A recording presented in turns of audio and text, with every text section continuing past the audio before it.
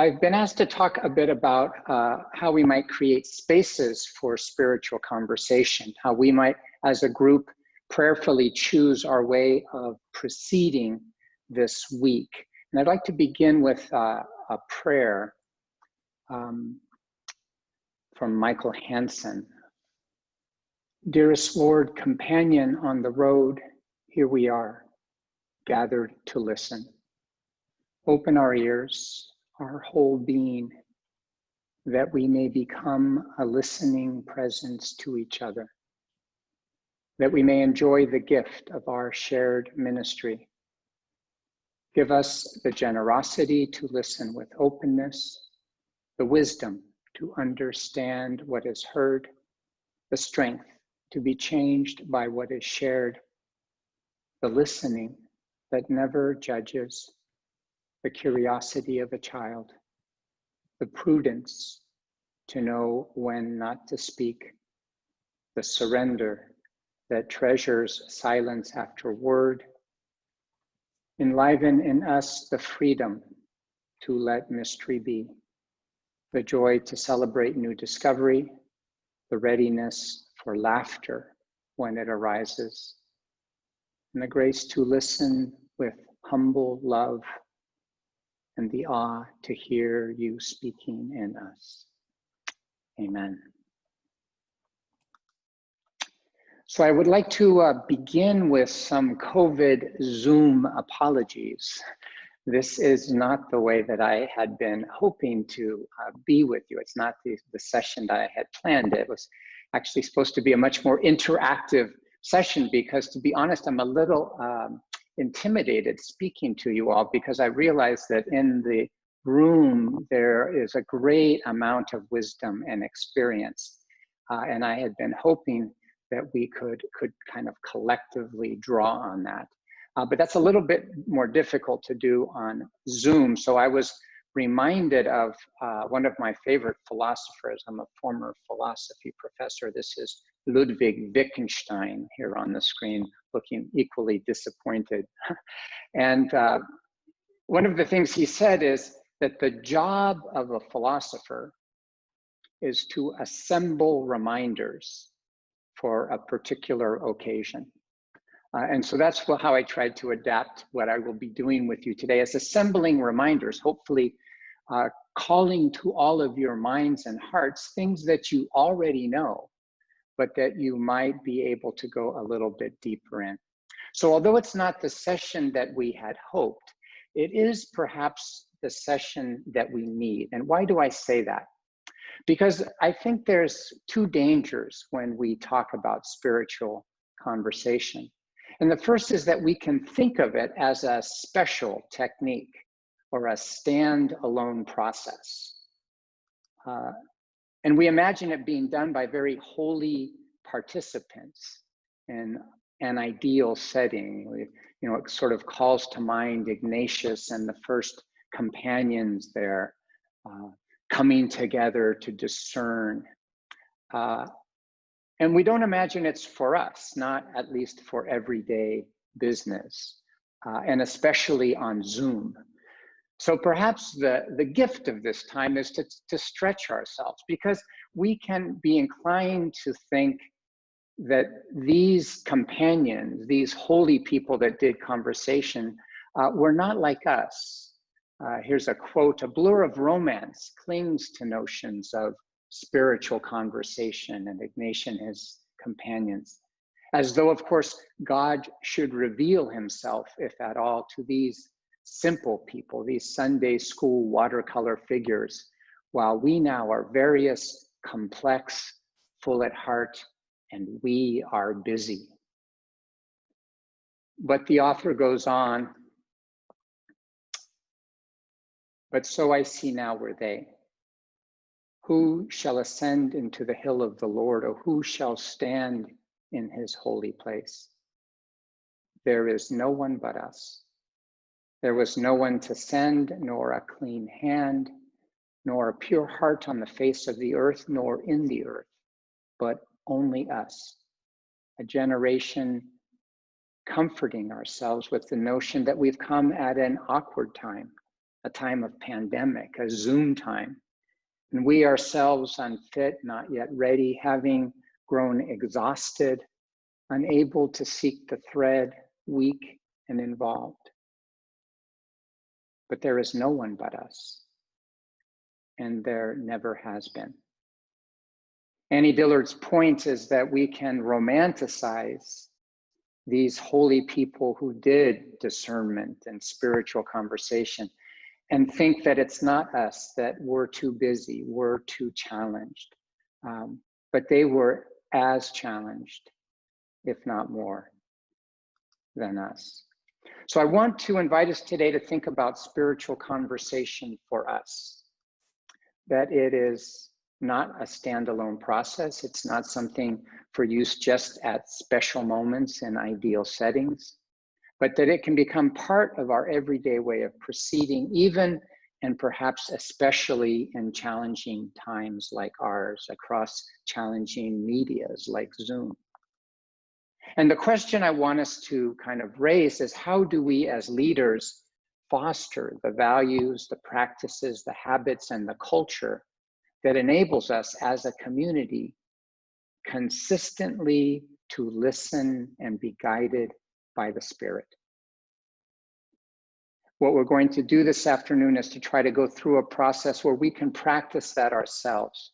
And to help set it up, I want to invite you to reflect on two very different stories. The first is the story of what I was doing a number of years ago. I was working in the Philippines with a program called Kasabayanihan, and it was a study abroad program for Filipino and North American students to foster a well-educated solidarity. And the key of the program was that we inserted our students into the reality of the very poor. So 2 full days a week, they were in really marginal communities. And then that experience was integrated into all of the academics of the semester. It was complemented with a program on Ignatian spirituality. And then the students lived in simple community. And the effect of it all was to produce real transformation. The only problem was that in Manila, nothing ever went according to plan. And those of you who have worked in these kinds of communities know that there is always a disaster. One of my favorite poems during this time was a poem by Hafiz called Tripping Over Joy. And it goes like this. What is the difference between your experience of existence and that of a saint?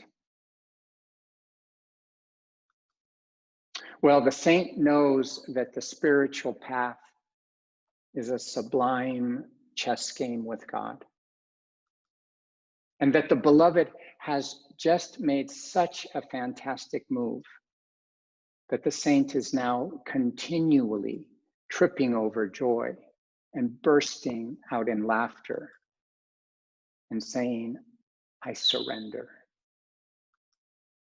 Whereas, my dear, I am afraid that you still think you have 1,000 serious moves.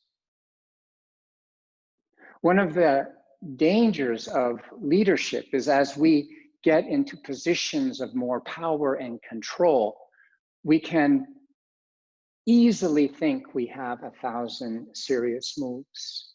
And one of the graces of moments like we are experiencing right now is it reminds us that we are never in control of outcomes, that we're always invited to surrender to that God who is guiding us all. And so being in this context where we constantly were reminded we didn't have 1,000 serious moves, we were forced as a leadership team to surrender to a culture of discernment. We used to do a Monday morning examine, and that became something that would take us the entire morning of spiritual conversation, reflecting on each student, what the Lord was doing. And when we would tell people back at the University of San Francisco we were doing this, they would say, how can you afford to waste a whole morning doing that? And what we would say is, if we didn't do that, we would waste the rest of the week, because the most productive things that came out of our planning came out of taking that entire morning to do an examine of what the Lord was doing in our communities and with our students. Our Eucharist changed to become a community Eucharist with long shared homilies. And they became moments where we could listen to one another. And as we left those places of prayer, it was just always this sense of a revelation of what the Spirit wanted to say to us around the table. That we changed from top-down planning to collaborative dreaming. And we began to change even the ways that we constructed our strategic planning. So instead of having leadership teams planned, we would invite all of the people from the community, and we would all get together and talk about what are we going to do as educators. So even if you were the person who was, driving the bus, you were part of that dreaming, and you were an educator. And it became this incredible way of listening to the Spirit. Our staff meetings changed from kind of in the head talking to out of the heart spiritual conversations. And what we found is that as we went from one disaster, one hurricane, one typhoon, one famine, one health emergency, we continually discerned our way through disasters. So if something like what happened to all of us today had happened, our first response would not have been, what are we going to do? It would be, let's take a moment to pray. And let's see what the Lord is inviting us. So there was this irony that we were slowing down, but ultimately doing much more. I went from this particular mission to being sent back to the United States, where I was put in charge of renewing Jesuit formation for North America. And it was a shock, because suddenly I was confronted with conference board meetings with provincials, and the rooms looked just like this picture below. It was a corporate culture, really, as opposed to a discerning culture. And these were some of the marks that I saw. First of all, we would begin our meetings with perfunctory prayer that, once the prayer was over, was not integrated at all into the work of the meeting. There was a busy agenda. Literally, these provincials had board books of hundreds of pages without any time for silence, reflection, or depth. The group operated as a group of individuals, not a discerning body. And the way that this was most clearly evinced was the shape of the conversation. They were really just intersecting monologues, each provincial waiting to say his piece. The conversation skipped on the surface and never seemed to go very deep. I have a brilliant clip of just what conversations like that look like, but I'm gonna skip that. What the clip would have shown you, and you might try this in your own conversations around tables sometime, is just notice how often in our conversations we don't ask the follow-up question. Someone says something, but instead of everybody attending to it and going deeper, we just move on to the next story, the next topic. So we had to change, and the way we began to change was, number one, by integrating prayer into the meeting, and this was crucial, both as input and as process. Secondly, we had to change the agenda. We had to choose less topics, and we had to return to topics over multiple days. We had to change the way the group functioned. So to really create a discerning body, and the way we did that was with a practice of spiritual conversation. And the conversation had to change. Instead of just being intersecting monologues, we had to create a kind of shared clearing where the Spirit could speak. And I hope you have a sense of what that's like.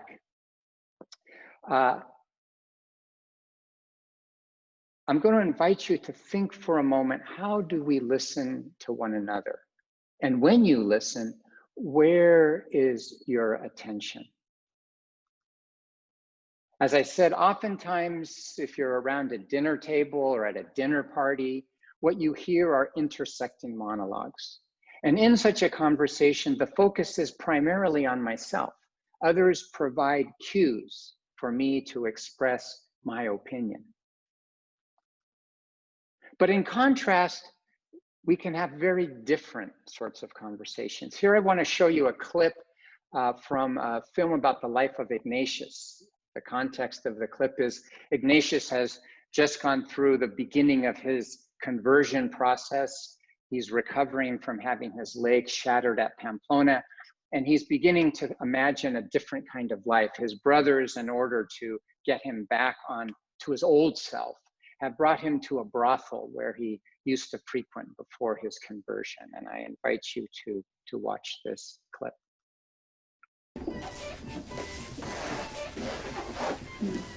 Please. I do not wish to. Are you all right, my lord? Let us just, please, just sit and be quiet, all right? Let my brothers finish and then we can leave. I'll pay you the same. As you wish, my lord.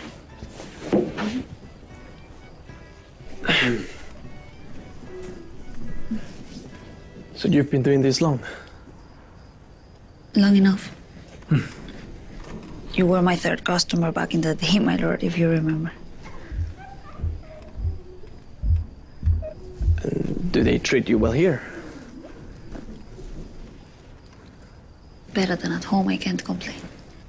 At home? My father was a drunkard, my mother was a slut. They beat me, both of them. I have forgotten most of it.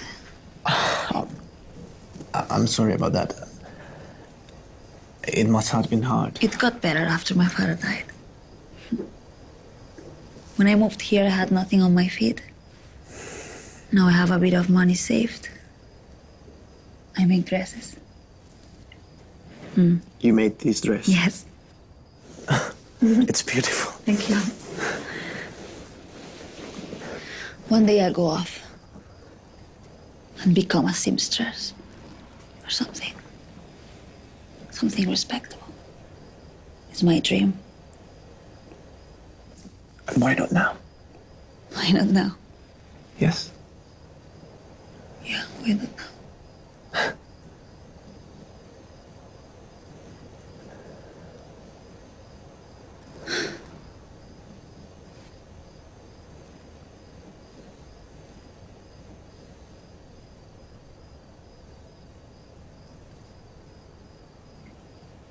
Are you all right? Yes, my lord.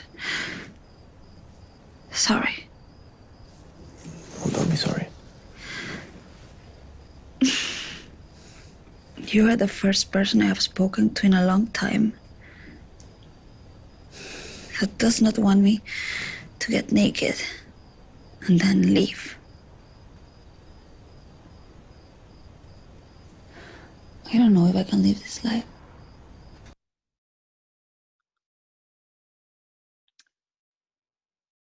In that conversation, we see a very different type of dynamic. It's a shared dialogue.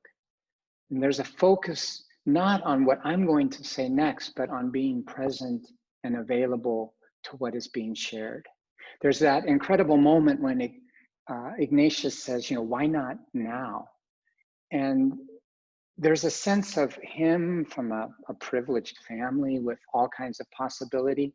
It's an obvious thing. Why not now? Not even understanding all of her situation, her powerlessness, the constraints on her life. And yet, because they're talking to one another, because it's a genuine conversation, the conversation is able to move forward. Oftentimes when we think of spiritual conversation, we can think of this type of focus, this type of presence. But as we know, there's something more. And this is where the conversation with Ignatius and this young woman go. Because as they're talking, Ignatius decides he wants to try something out, to invite her to try something that he's been learning, trying to talk to the Lord. And so he invites her to imagine that the Lord is present in a chair. And I invite you to watch what happens.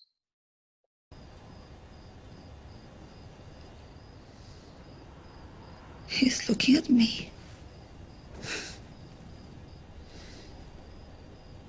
And he's smiling.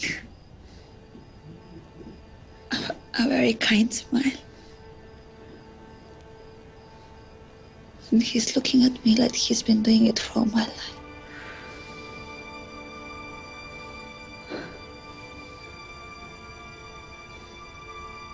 And what is he saying to you?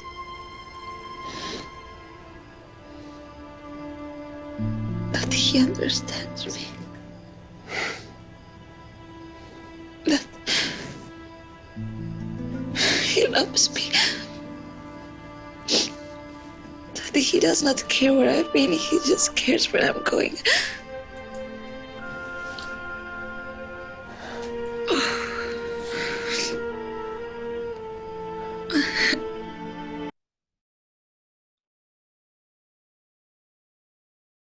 What's the structure of our conversation? How do we listen? And where is our attention?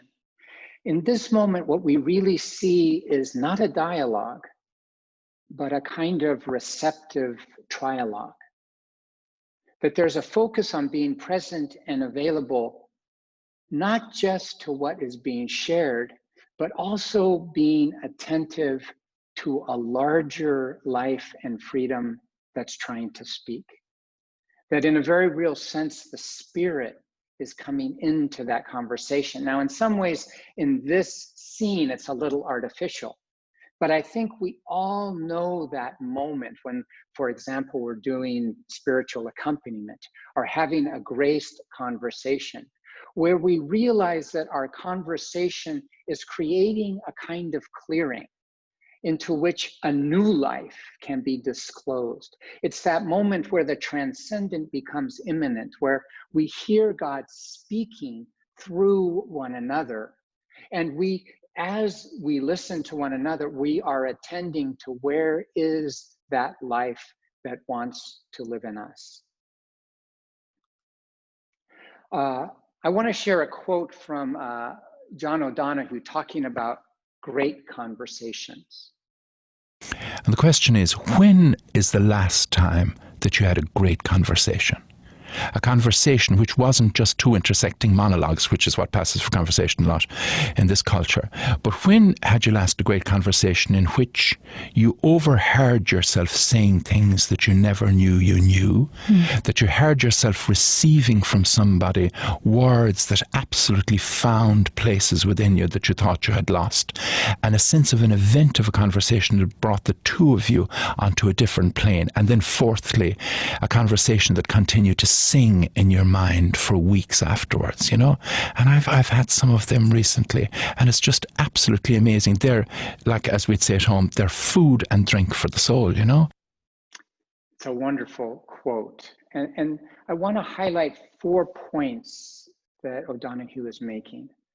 First, that these great conversations, which is what we're really trying to have in a spiritual conversation, they are not these intersecting monologues that we know all too well from our ordinary conversations. But they're moments where we overhear ourselves saying things that we never knew we knew. There's a sense of revelation, and that revelation is happening through our own words. That he says you heard yourself receiving from somebody words that absolutely found places within you that you thought you had lost.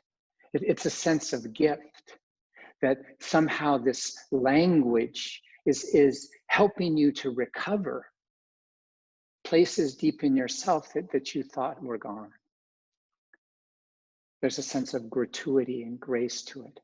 And that it brings you to a different place that continues to sing in your mind for weeks afterwards.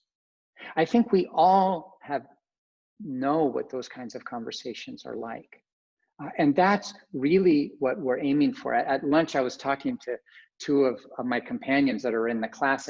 And one of the things we were saying, which is it's such a challenge now that we're on Zoom, is because it's harder to have those kinds of conversations. You know, you're not going to be just sitting around at lunch having them. But I think we then need to become all the more intentional to really try to create that environment when we have our spiritual conversations in our breakout rooms, and how we listen to one another and speak to one another in our plenary sessions. There's a simple technique for having these kinds of conversations. I'm sure many of you have done it. I just want to remind us of what that looks like in the ideal.